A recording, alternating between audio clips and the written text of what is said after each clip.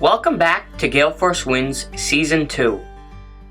The Gale Force Winds podcast is proudly sponsored by Newfound Marketing, a digital marketing agency located in St. John's, Newfoundland. Visit our website at newfoundmarketing.ca to find out how we can help your business grow. Newfound Marketing, a complement to your marketing team. And welcome to another edition of Gale Force Winds, and what an absolute pleasure it is to be back in Newfoundland and talking to entrepreneurs, people that are doing great things. A lot of good things happening in this province, and I can't wait to get into the conversation right now. Kim, why don't you go ahead and introduce yourself?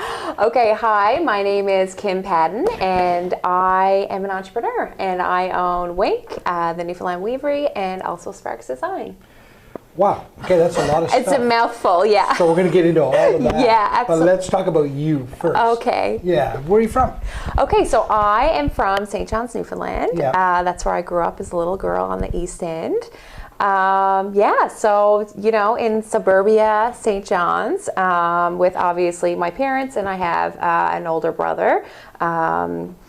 And that's kind of where I grew up. And I was always very passionate and artistic little girl. So you're passionate, artistic, entrepreneurial? Yes. Like, why? What were you doing? So I grew up in a family that was very entrepreneurial. Okay. My family's they're in the hospitality industry, so I've always grown up around my father in the hotels. So I remember counting loonies as a little kid going there on like a Saturday. So I grew up around business all the time, which was very like inspirational. And it just kind of is in my blood, you know? And I remember being a little girl, and my mom used to say all the time that whenever I didn't get my way, I'd literally put my hands on my hips and say, "You're not the boss of me." You're not the boss. So like, but she was the boss of you. At that time, Yeah. right? But anyway, so like full circle, like I've just been a very passionate, big personality, social butterfly as a kid. And of course, you know, I was in lots of different things as a kid, in musical theater. Horseback riding is a huge thing that I had done it as a child. Not very sportsy, like dabbled a little bit in it, but mainly on the artistic side for sure. So talk about the musical theater. What was that all about? Yeah, so I kind of just like dove in there when I was a kid. I haven't talked about this in so long. Listen, we're going to go down a whole bunch of roads right down for the you. rabbit hole. Yeah, so my mom, you know, she put me in like, you know, piano and singing lessons, and it kind of really took in like musical theater and all that kind of stuff. So, you know, I used to go to the Kiwanis Music Festival and like all that kind of stuff. So it kind of carried through with me all the way up to high school when I went to Gonzaga, and we do the big, you know, productions and stuff like that. So You went to Gonzaga. I did go to Gonzaga, yeah. Oh, that's right. Alan went to Gonzaga as well. I went to Brother Rice. Different times. Couple of decades between you, but Yeah. We weren't in the same class, if that's what you're getting. I know where you're going. Anyway, so musical, and I wasn't in the theater. I don't think we had theaters back then. Yeah, I don't know. Jacinta Mackey Graham was the director of like the musical department anyway, so it was a really fun time. Yeah, really good time. And horseback riding, tell me about that. Yeah, so I started when I was in grade 2, and I stuck with it, and I really, really enjoyed it. And over the years, I had leased different horses. And then when I was in high school, when my grandfather passed away, he left me a bit of money. And it wasn't very much, but it was enough to get a car. And I remember the joke between Dad and I. He's like, you can get a car. And I'm like, yeah, but I can get a horse. And we had the big debate for a really long time. And anyway, I ended up getting a horse after, and she's still with me today. a horse is a little harder to maintain than a car. Yeah, that's I think what he was getting at that time. But you know, when you're a certain individual and you got something on your mind, like myself, you know, I was very passionate, and I did get my way, and I did get my horse. Well, hands on the hips. Yeah, well, I was going to say. But I mean, I Hands on hips. obviously, you know, he's like, well, this is a big responsibility, and I was like, yeah, and you know, I worked all through high school, and you know, helped pay for all of that. So it was a blessing in a way, because it really did teach you responsibility at a really young age, right? So What's the horse's name? her name is Kitty, actually, which is interesting. Kit Kat, but I call her Kitty. Yeah. Wow. Yeah. And how old is Kitty now? So she is 24. Wow. Yeah. Tell me about the relationship you have. I mean, you must have a really Yeah, I mean, she's been with me like every step of the way. We kind of connected a little bit. I did we'll get into it, I'm sure, when I went to school on Prince Edward Island. So she actually came with me during that time. So she's been with me for a really, really long time. And now I have a little girl named Mabel. So I mean, my horse knew when I was pregnant, and I have a couple of photos of her like right around my belly. So like we just have a really good connection, and she's an amazing animal. So, and now my little girl is like grown up with her, and like it's just a really cool experience. That is fantastic. Yeah. Okay, so, there's a lot there. There's a lot. Is musical theater still in your life? Not really. No. No. Creativity still. Creativity for sure. Yeah. So I mean, I've painting was a really big thing. I obviously don't have as much time to do that now, but when I said I was very artistic, I was very into like acrylic painting, and that kind of led me in the direction of I studied graphic design. I did try MUN for a little bit. Didn't really go very well in business school. So you went to business school? Yeah, and it just was not my thing. How long were you there? I was there. I think I stuck it out. Honestly, I think I stuck it out for about 2 years. Wow. Yeah, because you had to do like your first year of like all your stuff, Yeah. and then after I did calculus twice, like math is not my thing at all. Like the running joke was, if you ask him what 1 + 1 is, she'll say 11 because it looks nicer together. Okay, that's an example of me. So I just remember when we went, and I was just really trying to find my way. And when you're in high school and you're going to university, you think you need to know exactly what you're supposed to do right at that time.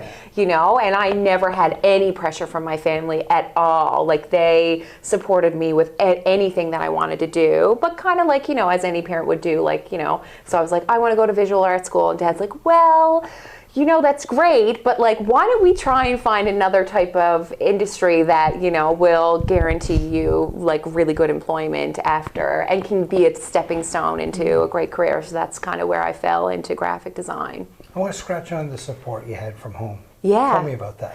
Oh yeah, my family is like incredible. Like we are very, very close. My brother and I are really, really close, and we have about, I think there's like 3.5, almost 4 years apart. Like, so it was good in a way because we were, when he was in junior high, I wasn't in junior high. When he was in high school, I was in high school, So we, to this day, are extremely close.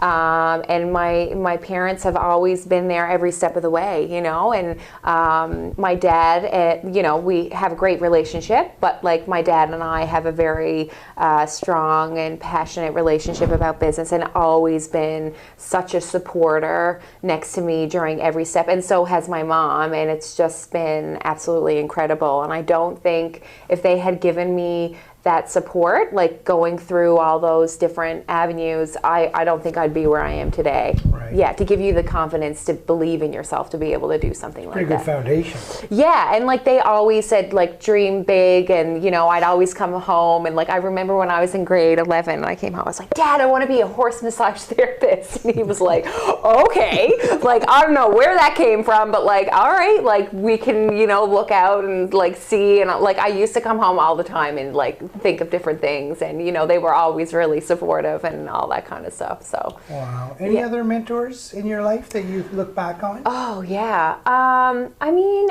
I think I had different mentors in different ways. Like I think going back to like horses, like when I used to horseback ride, there were a lot of like, we used to call them like older Barneys, like older barn girls. So like just think I would be in grade 7, and then there'd be the older girls that are in like high school, university. So like they almost like took you under your wing, and so like in life experiences when you're younger, they were really big mentors to me. And I think like the teachers that were around me were also really, really big mentors. Especially like when I went to Holland College, like both my teachers at that time were huge mentors. Like they were absolutely incredible. And they just give you like that support system.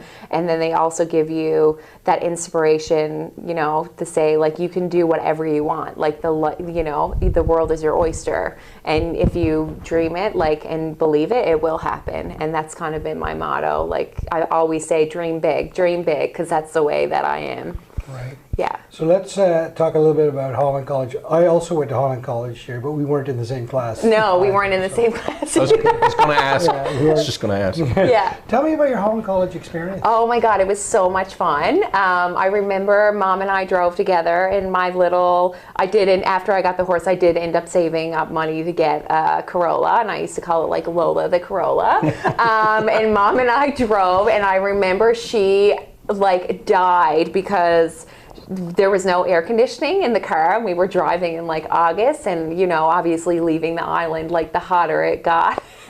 She loved the experience but also hated it at the same time. So anyway, we packed up my car, we drove, and it was really, really cool experience. And when you're in Newfoundland, like, it's really great because everybody is so connected, but when you leave, you're experiencing something that's completely different. And I realized after I had left, your pride of Newfoundland and Labrador is unreal. Like, I was just like an advocate for like Newfoundland and Labrador. I will tell a funny story though. When I did get homesick, I would literally call Jiffy Cabs just to hear Jiffy Cabs. And it's so random, but I said it to a friend the other day. But like, I just remember and people wouldn't believe me, and it would just be something that would be so simple, and I'd like just call. And I remember I did meet like other Newfoundlanders there, and we just like called the dispatch guy, and obviously we probably had a few drinks at that point. But anyway, This is not a paid endorsement for Jiffy Cabs. No, it is absolutely not. But Alan, maybe there's a sponsorship here. I know, but it's just something so simple. But when we were there, it really puts you it takes you out of your comfort zone, right? Mm-hmm. Like, your home is your comfort, right? Yeah. And of course, when you're in university, most times, if you're in Newfoundland, you're living with your parents, right? So it's like you're not only going to college or university, you're also being out on your own, and right. That kind of experience. So, and the one thing that I loved about Holland College in that graphic design program, it was a really small class, so you almost became family, right? So there was so many different relationship that you built on, and like I just had mentioned, the two teachers that we had, you build a relationship, and they really taught you the real world, right. Yeah, it was a good time. Are you still in touch with your classmates from that? Yeah, I am with a few of them, and then both the teachers were connected. They're both retired now, but we're connected on like Facebook and LinkedIn. Had that been your first time in Prince Edward Island? No, probably not.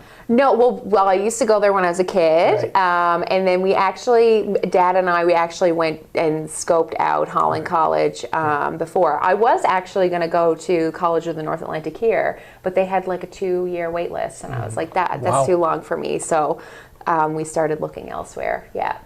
So you came back from the island. They call it the island, by the way, in Prince Edward Island, as if there was no other island. So you came back from the island back to Newfoundland. And what did you get into then? Yeah, so there's another interesting story. So I actually got hired before I actually graduated from Holland College, like 3 months before I had graduated from there. So I actually moved to Dieppe, New Brunswick. Okay. And I worked for a company where we would design for exhibits and museums. So like trade shows, like booths, and then we'd also do museum exhibits and stuff like that. So I stuck it out probably for like 6 or 7 months. And Dieppe is a beautiful place. My horse was there, so I had that kind of experience. But my grandfather was really, really sick at the time. And there were just lots of things pulling me back. And it was really, really hard to meet people where I was at that time and where I was living. So it just kind of drew me back. And I just said, I need to go home. Mm-hmm. So I moved home. Drove back home in Lola the Corolla by myself, and I took a little bit of time to figure out what I wanted to do. And at that time, it was really hard to find graphic design work. So I actually stumbled and worked at the flower studio for about, I want to say almost a year I was there. And it was a really cool experience, and I loved it because it was still creative. It wasn't really what I was doing, graphic design, and then I kind of did that a bit on the side. I did do a bit of freelance stuff, but I worked at Flower Studio. And then I got an opportunity to buy a business. Tell us about that. Yeah, How did I that will. opportunity come? Yeah, so Dad and I were, every Christmas, Dad would want my opinion on what he'd pick out for my mom for Christmas. So we went to, at the time it was Elizabethbury Fine Art and Gift Gallery. So we went down, Dad showed me the jewelry that he had picked out for her, and he had some art that was there. And I actually went to school with Elizabeth's son, Nick. We graduated together. So we kind of knew each other anyway. And I guess Dad, with the business mind that he is, said, like, what's your exit strategy? Like, what are you planning to sell? Like, you know, or He's just down to buy jewelry and he's asking for an exit strategy. It was I've kind met your dad. And it was, and I think it came up too because her husband had just retired. So Right. he was more like, hey, so like, what's your plan? Like, you know, what's your exit? Like, are you planning to keep this on? Are you both going to retire? And then she kind of just said, like, yeah, no, I think I really want to try and sell. So, I mean, with that, Dad and I walk out of this shop in Duckworth Street. He's like, this is an incredible opportunity for you. And I was like, really? Like, what do you mean? And at that point, I couldn't, like, I, to this day, genuinely was like, no, I'm not going to own a business. Like, I really wanted to be, like, a graphic designer in a big ad agency. Like, and I knew, like, at that time, okay, I'll move home for a little bit, just be with family during that difficult time, and then maybe I'll see what else will happen, right? So yeah, anyway, we walked out and Dad was like, yeah, I think, you know, this would be a really cool opportunity. So with that, like, the conversation had unfolded. So that would have been December. And then that year, May 2010, I signed the papers, and I did it all on my own. Like, a lot of people think, oh, well, because my dad was in the business and whatever, like, they just thought that, you know, it would happen. I was 20 or 21 at the time, so I was young. Very young. So 21, Corolla and a horse. And you decided to buy a business. I'm like really driven individual, right? Like, and God, you guys are bringing up so many memories. So when I remember when we were at the lawyer's office, and he's like, I don't think I've ever done this with somebody so young before, and female, you know. So it was a really kind of empowering moment when that had happened. So full circle, documents all signed, and so I owned this store. So at that time, the way that the deal had been was by customer base and inventory and all that kind of stuff. And I knew in our agreement that it wasn't going to be called her name. So did you have a name then at this point? No, I didn't. Well, May I did, but like during the time, you know, it was really exciting because just coming out of like graphic design school, like this is so cool, right? Like get to do a logo, like do a whole concept, so it was a really fun like project. So myself and my aunt and my cousin, we all met, and both of them are in marketing, and we were like, okay, let's come up with a name. So originally it was going to be called On a Whim, WHIM, and then just didn't stick. And then we said, what about Whink? Because I wanted it to be really easy for tourists to remember, because at that time this store was very tourist, like the customer base was very tourism with a little bit of a local market. Where was it? Duckworth? It was on Duckworth Street, 118 Duckworth Street.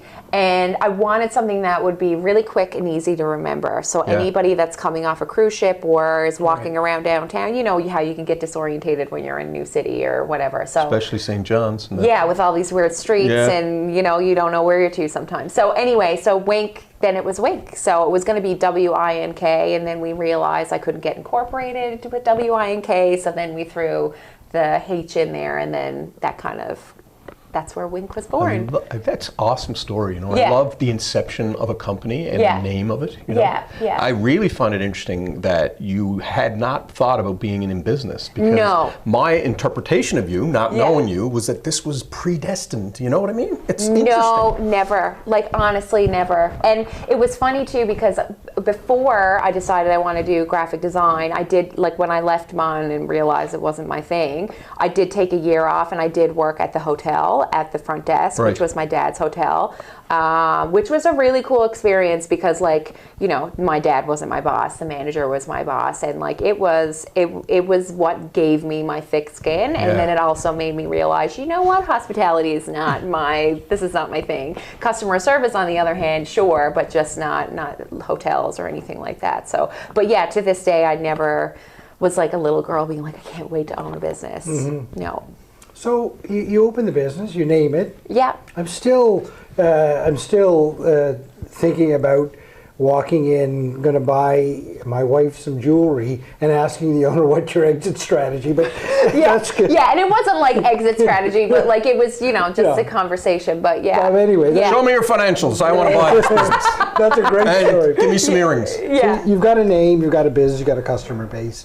What does the next year or two look like in that? It was crazy. It was such a big learning experience.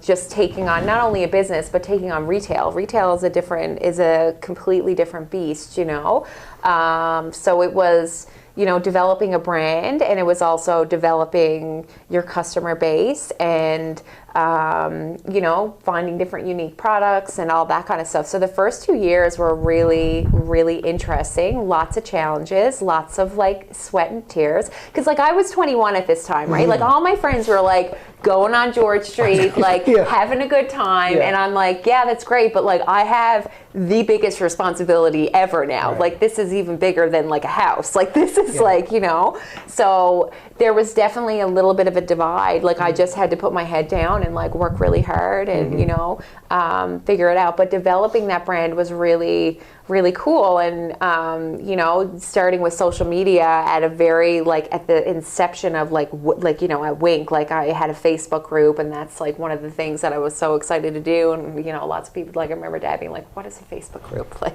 What are you going to do with that? Just wait. Right? But yeah, so it was a really good fun. A busy time. Did it seem like work at the time? No, it seemed like work when I had to do the accounting. That's what I didn't like. That wasn't your thing. That wasn't my thing. But my dad was you need to learn every aspect of your business, because if you don't understand it, you're not going to know, right? Because you see a lot of times businesses, they might, when they start, they get other people to do their things, and then so I did everything. Had to, hire and fire and have difficult conversations at 21 years old. That's not really, it was a challenge. That's not taught. No, it's not, right? So we stayed on Duckworth Street. So I believe we were there for 3 years, and we outgrew the space. It was, because it was 400 square feet. It was so tiny. It might have been as big as this room. How many employees were you? What was the total complement of people at this point? At that time, I would say there would have been 3. So there would have been me, a full-timer, and then a part-time. Wow. And then during busy season in retail, right? So I'd hire on part-timers during the... Were you open 7 days a week back then? 7 days a week. Man, that's a lot of time to cover. I worked in retail. That's a lot of time to cover with 3 people. Yeah.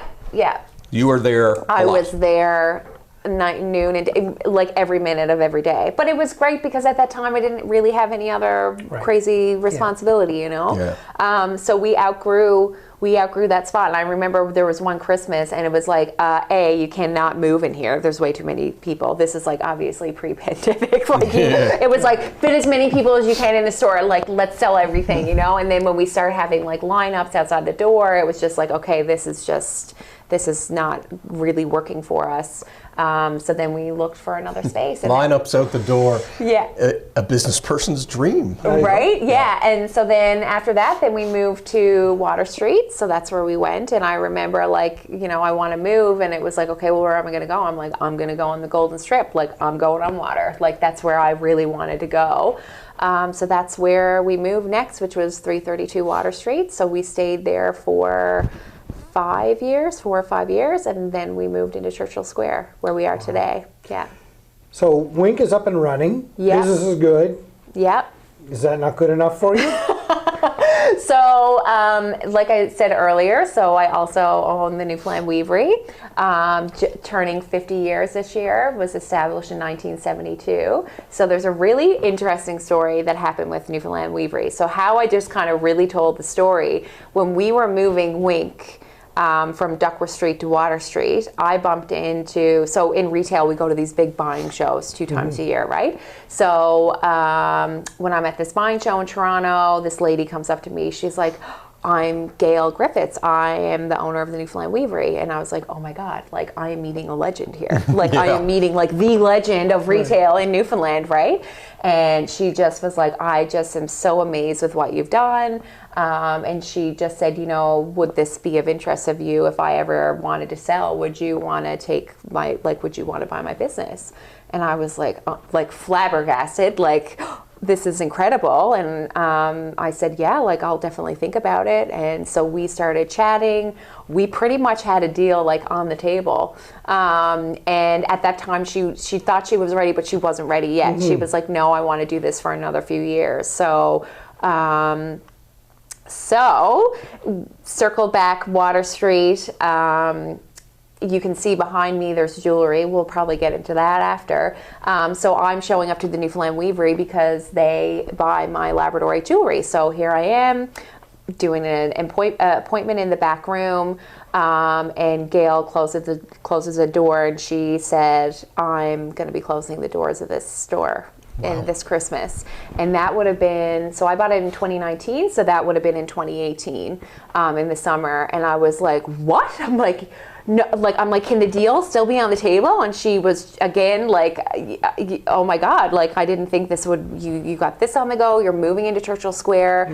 I was moving into Churchill Square that September, and I had Dory Blue on the go with my Labradorite. She was like, I just never thought that this would be of interest of you, for you. And I said, oh my God, I'm like, you can't let this institution die. Like it's been here since 1972. Like people love this store. It's like a monument of of craft for Newfoundland and Labrador. So that's how that came about. So as we were moving into Churchill Square, we're in the middle of the business deal for the Newfoundland Weavery. Yeah.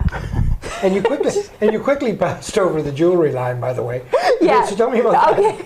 Yeah. Somewhere in the middle of all Somewhere in the middle of all this. So when I started on Duckworth Street, chatting about how it was the beginning of the business was really based on tourism, right? So a lot of tourists that come to our province want Labradorite.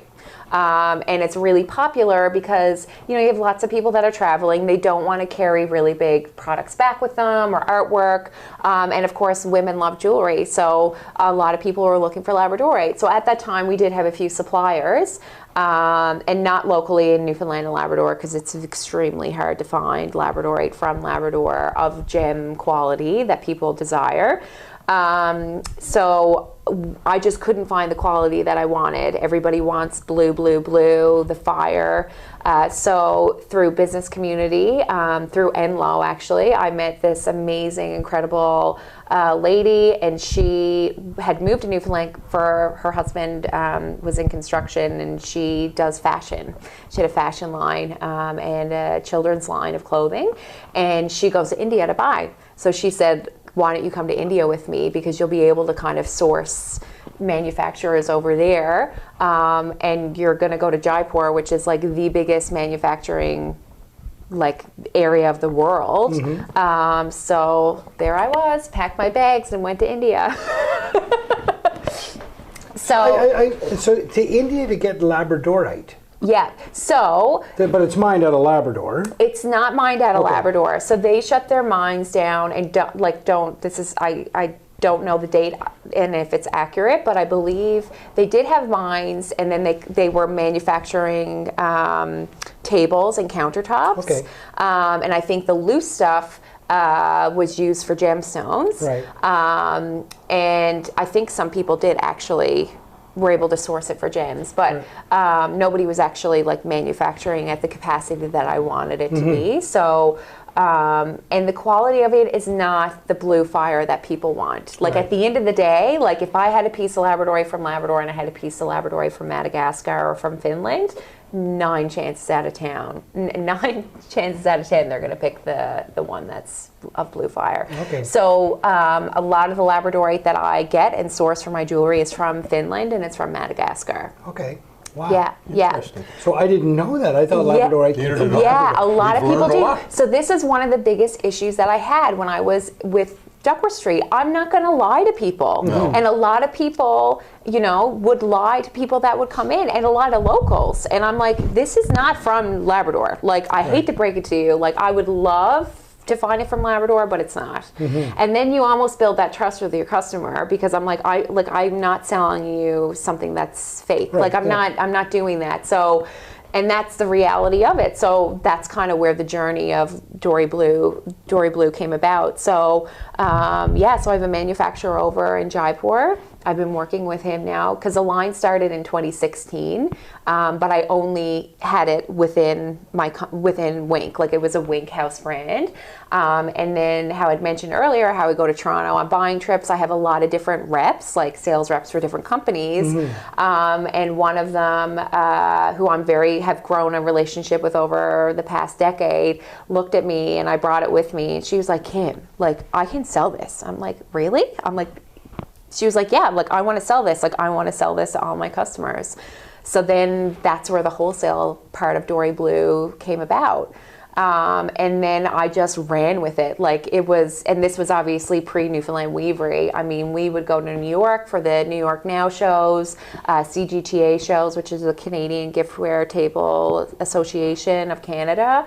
And now we sell, it's a little bit different now because we struggled a little bit during the pandemic, because a lot of our jewelry is sold within museums and art galleries, right? And that was like one of the number one things that shut down during the pandemic. But like, we're in the New York Museum, we're in the Art Gallery of Ontario, we're in, Halifax. So we're pretty much in every province. We're all the way up to, from east to west. What was your experience in India like?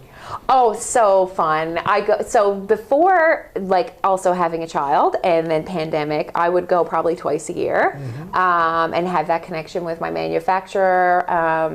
And it was an incredible experience. And as a creative person, I mean, going to a place like that is unreal. I mean, think of all the fabrics and the textiles, colors and block printing and, paper making. It's just something that is so hard to actually verbalize. And meeting this family that I work with, they're absolutely incredible. And he's almost like, he's a mentor of mine, and we've created a relationship where he's almost like a father figure. My dad would come over with me, my husband would come over with me, and he has his studio like within his house and stuff like that. So it's really, really good feeling and a good experience. It's not mass produced. Everything is hand done. So every piece of jewelry that you see is hand cut. So the stone. So we source it from Madagascar and Finland. So we get it raw and then we cut it. And then it gets set individually into silver. What's his name? His name is Bobby. Bobby? Yeah. Has he been to Newfoundland? No. It's been in the works, but it just hasn't happened. He was planning to come, but then of course the pandemic happened. And talk a little bit about the pandemic. So you've got a business line. Yeah. You've got 2 stores. Yeah. So the pandemic. It's obligatory to talk about the pandemic. I know. As much as we want to put it away. No, but like the pandemic, it's like it's the pivoting moment of my career as a business owner. Okay. So when the pandemic had happened, my little girl Mabel was 4 months old. And I will never forget that day. There's actually a picture of me in the back room, and I'm typing up the memo of what I was going to post, saying like, we have to close, and it's so emotional. I'm probably going to cry now, but like it was just such a moment in time where like you just didn't know what was happening, and all the people that were around me, like my father and business community, like nobody knew what to do. And like in business, like you always find somebody that can give you some type of an answer, but there was genuinely nobody. There's your father in the hotel business. Yeah, I mean, like nobody had been through it. No, so nobody knew. So like at that time it was like, oh my God, like what are we going to do? So obviously we had to close the store at that time, and I had to lay off like 13 employees, which was heartbreaking because you don't know you don't know what's happening. So that happened. Next day I'm in the store because I worked the whole time through the pandemic, and I just flipped my phone around. And I've always been the face of Whink, and I've always, been very much in social media. But I got on that camera and I got really vulnerable, and I just said, I don't know what's happening. I have no idea, and I'm feeling what you guys are all feeling. And then that was the big pivotal shift for me with Whink at that time, because I was connecting with people, and people really gravitated to me because I was being real. I'm like, I don't know what's happening. Like, I'm closed, but I'm not closed. And then I realized during that time, people needed me. People needed me to give them normal. And that's what I did. So I put my lipstick on, I got dressed every day, I got on my Instagram stories, I had Mabel on my hip, and I gave them a shopping experience the whole time, and people loved it. And then that pushed me to pivot to get my entire store online. So I told you I laid off all these people. Well, I ended up hiring most of them back during it. Not all of them, but my full-timers, I hired them back because we just went gangbusters. Wow. We went crazy. And where you guys are, where we are right now, this is Whink HQ, which is our headquarters. So this is what operates our online store. So we became so successful with our online store that once we opened up after the pandemic, we were maintaining a store, like an online store and a physical store, and there was no way that we could operate both. So the writing was on the wall that Christmas, because there was like hundreds of Whink bags like in the stock room. I'm like, this is dangerous. Like, if the fire department came in here, like they like, this is not good. Like, there was just so much on the go. So and then during the pandemic with the Newfoundland Weavery, it was a great time for us to renovate. So we renovated that space, and ripped up the 1970s green carpet, or it wasn't 1970, but it was just, as a creative person, it just, there were things that I wanted to do, but in order for me to do that, I was going to have to close the store. So we took that opportunity to renovate the Newfoundland Weavery, do a rebranding and that kind of thing. So Kim, I'm chomping at the bit to get into I a little know, bit. Sorry, it's such a long... No, that's fine. What really interests me, you talked about when you first started the business, you have been into social media from the very beginning. Yeah. So you're telling me when these videos that you do on the Instagram channel, which is where I see you, you really dug into that only in the pandemic? Or you No, prior to that? Prior to that, yeah. No, prior to that, I was very, very on social media. So doing Facebook Lives, doing stories, very social media driven, a lot. But what I was trying to articulate is during that time, a lot of business owners just kind of were so nervous they didn't know what to do, and they weren't very vocal on social media, and I just became vocal in the sense of giving people shopping. Right? So now, this week I was at a conference and someone came up to me and they were like, oh my God, I love your store, and I just want to say thank you for doing what you did during the pandemic. She was like, I felt like I was living a Groundhog Day for an entire year, but I would watch you and you would just show me your store, and you would just give me that. Because a lot of people love to shop. A lot of people really love that, right? Yeah. So, well, I think yesterday, Alan and I were in Bay Roberts. We couldn't get to see what you did. I from social media, know that you knocked it out of the park for the presentation on social media. Yeah. Apparently, you said that was the first time you'd ever done a presentation like that. Yeah. Really? First PowerPoint. I'm reading that and I'm like, no. No, I swear to God, my first PowerPoint presentation in a full group. Okay, maybe Holland College, with my 10 friends and my prof, but I've been on panels, but panels are comfortable, right? Because you're up with 5 or 6 people, you know? But to present something that I'm so passionate about. It was my first presentation, and it was so funny because my husband was there. He's also in the company, which is a pandemic success. I can get into that after. I would love to. But anyway, he's there, and he's like, what did you do this presentation on? I was like, not PowerPoint, because I can't even deal with Microsoft at all. Anyway, it was just so funny. He's like, of course, this is your first presentation, and of course you wouldn't do this on PowerPoint, and you're supposed to speak in 5 minutes, right? But yeah, it was good. It's good. Yeah.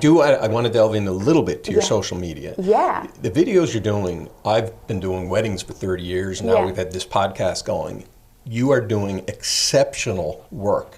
And I just can you talk a little bit about how do you do those? Yeah. Not to totally geek out on it, but I think there's a lot of people watch our podcast that want to know a little bit about that, and I know you're pretty open about it. Oh, I am, yeah, because it's such, and like when I did that talk at Board of Trade, I mean, it's so many people are scared to use it, but it is so beneficial for your company and your business or whatever you do, because we're all humans and we all want to connect, right? So use that channel to connect with, you know, make, you know, even though I'm selling product and I'm not a sales pitch, right? Like I'm in the sense of like, this is my product, buy it. It's more like, this is what inspires me. This is my journey. This is the products that I love. This is when I go on buying trips, you know, motherhood. Like, I mean, you know, people say like, I feel like I know you so well because, you know, I don't keep anything a secret, like, you know, but it's, and the other thing is it's free. Like as a business owner and an entrepreneur, like this is something that you can do. And yes, you can absolutely pay for it, and you can pay for ads, and you can boost posts, and you can do all that.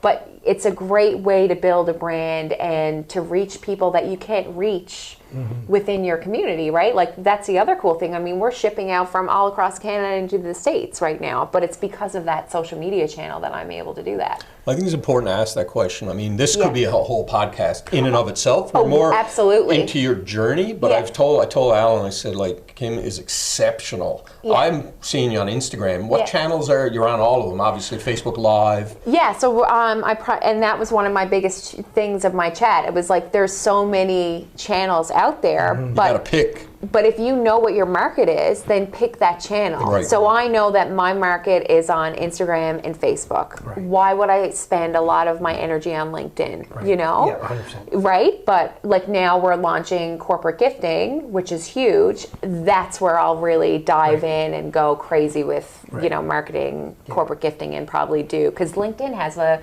video option. Never knew that. So I'm like, oh, buckle up, LinkedIn. It's like relatively new though. Yeah, right? Yeah. So, you know, there's different avenues that you can do. But yeah, so I'm primarily on Instagram and Facebook. That's my jam right now. Well, keep doing what you're doing. It's very well done. Yeah, wow. Okay, so I need to dive into then the husband. Tell me, you keep mentioning the husband. Who is this fella? So my husband is Robert Paddon, who's been with me since the beginning of this. So when I moved back from PEI, driving back with Lola the Corolla, just got out of not a great relationship, and the first weekend I come home, I go to George Street with my friends and I meet my husband. And I remember my mom being like, oh my God, Kim, like you just got out of a relationship. Can you take a break? Like, God, like, can you just, right? Anyway, and I was like, I know, but he's a really great guy. And anyway, and so I met my husband, Robert Paddon, and I've already dated Rob before. We actually went to preschool together, and then we dated in grade 7, and he got me a rose, and I got uncomfortable, and I broke up with him and broke his heart. And then when we went to Gonzaga, we were in the same homeroom class, and then he really didn't like me. Anyway, so full circle, we met down at Lottie's when I moved back home. And so he was with me when I was at Flower Studio and when I was with Duckworth Street. So he's been with me from the very beginning as such a huge support system, like so massive, like unbelievable. So he's a CA, so he's an accountant. Obviously, I said I'm not a numbers person, so, you know, that's great. So he's always done, when I grew to a certain point, when I got on Water Street, he started taking over the accounting because it just became too much for me. So he's always been really behind the scenes. And then, of course, when the pandemic happened, he was really like such a support system for me. And then he's come to India with me a few times, and I remember we were there and we both just said, like, this is a dream, like, for us to both be like the dream team and to be able to build our businesses and, you know, see what we can do as a family and try and make it a family business. So the pandemic really made that dream come true really quick, because it was something that wasn't kind of in the works for a long time.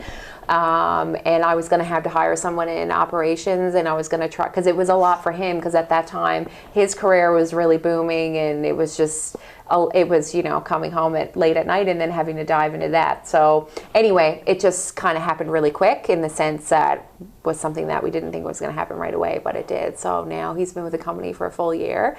Yeah. That's awesome. It's so cool. It's so fun. Yeah. Yeah. It is incredible. Yeah. I mean, Mabel, tell me about Mabel. Yeah, so Miss Mabel. So Mabel is 2.5. She turns 3 in September. She's named after my husband's grandmother, actually. And I'm pregnant again with our second, so that baby's due in December. Retail, busiest time of the year, but why not? Listen, why not? I bumped into somebody the other day and they said entrepreneurs love chaos. So I am the prime example. Last Christmas we got a puppy.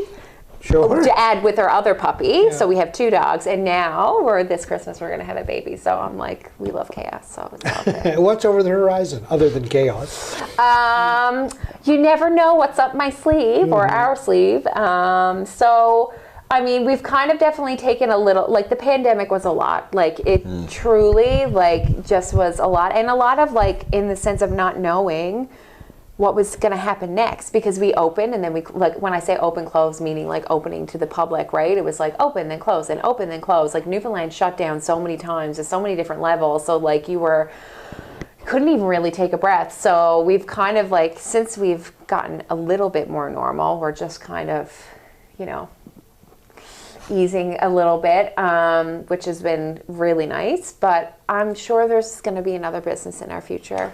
I don't think there's going to be another Whink or another, like, I don't have any desire. Can you give Gale Force an exclusive? Tell us the name, tell us what it is. No, I can't, okay. But I really don't want to be an entrepreneur that goes too big too fast. Like I really, and Whink is such a unique store. The Newfoundland Weavery is such a unique store. I wouldn't want to oversaturate our market. Even though Newfoundland Labrador is really big, I mean, we're all this small community, right? So who knows what's next? It's interesting being well, Al and I have talked about this, being entrepreneurial and dealing with opportunity. That can actually be more challenging than dealing with slowdowns. Yeah. There's a lot of opportunity out there. But I'm going to say this to you, Kim. When I reached out to you, I don't know you, but I know your social media presence. I know the business. I know the brand.